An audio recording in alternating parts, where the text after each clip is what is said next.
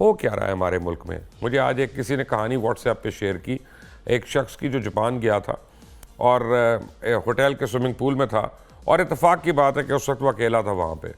तो जैसे कुछ लोगों की आदत होती है, घटिया आदत है, बुरी आदत है, गलत आदत है, उसने क्या किया, स्विमिंग पूल में यूरिनेट कर दिया, पेशाब कर दिया।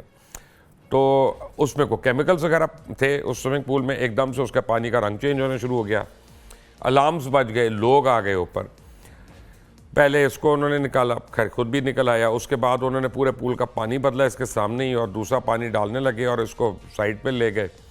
और पता चला कि कमरे के अंदर इसका सामान जो था वो पैक करके बाहर रखा हुआ था, और रिसेप्शनिस्ट ने उसका कहा कि आपकी हमारे होटल में कोई जगह नहीं है, और इसको निकाल दिया वहाँ से। भाई साहब अगले होटल में गए, तो इनको पता चला कि वो कंप्यूटर पे उन्होंने जो होटल्स के थे वो जो आपस में कनेक्टेड होते हैं उसमें डाल दिया था कि इन साहब को किस हरकत पे इस होटल से निकाला गया। तो उनको कोई होटल जो था वहाँ पे कमरा ही नहीं दे रहा था कि भाई तुमने इतनी घटिया हरकत की, और उसको शक्ल देख के वो पहचान लेते थे कि तुम ही हो वो शख्स। तो फिर उसको किसी ने एडवाइस किया कि ऐसे होटल में जाओ जिसमें पूल ना हो, या यूथ हॉस्टल में जाओ या कहीं और जाओ। तो वो तो जैसे तैसे उसने टाइम गुजारा और वो आ गए वापस।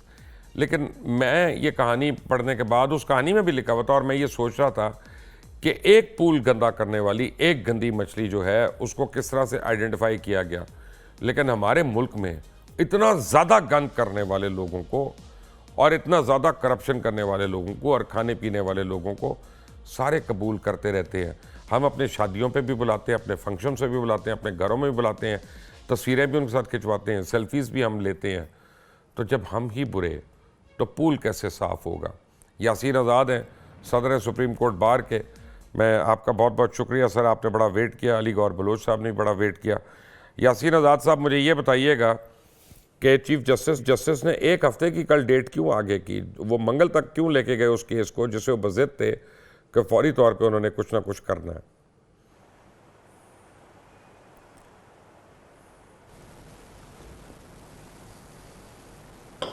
यासीन साहब, मुझे लगता है आपको आवाज़ नहीं आ रही मेरी।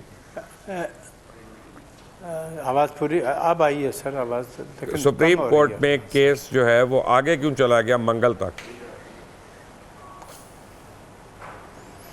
देखें सर, पहली बात यह है कि जो इलेक्शन कमीशन ऑफ पाकिस्तान ने रिव्यू पिटीशन फाइल की थी, अगर 14 मई इलेक्शन के दिन की तारीख थी तो क्या ये मुमकिन नहीं था कि उस रिव्यू पिटीशन को 14 मई से पहले सुना जाता? नहीं सुना गया। और आपने 14 मई गुजरने के बाद 15 मई को इसका डेट दी।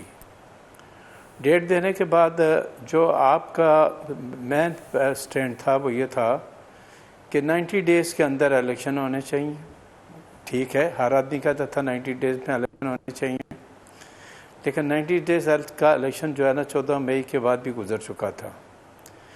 अब रिव्यू पिटीशन जो फाइल की गई उसकी हेयरिंग होनी थी, लेकिन इसी दौरान जो सूरत-ए-हाल चेंज हुई, पॉलिटिकल सूरत-ए-हाल जिसके मतलब मैं कह रहा हूँ, जो चेंज हुई, उस सूरत-ए-हाल के मुताबिक ज़ाहिर है कि जो PDM की जमातें हैं वो बिल्कुल ऑनरेबल सुप्रीम कोर्ट के उस गेट पे जाकर उन्होंने जलसा करने का ऐलान किया जिस गेट से जज साहिबान अंदर जाते हैं, तकरीबन वहाँ तक चलेगी।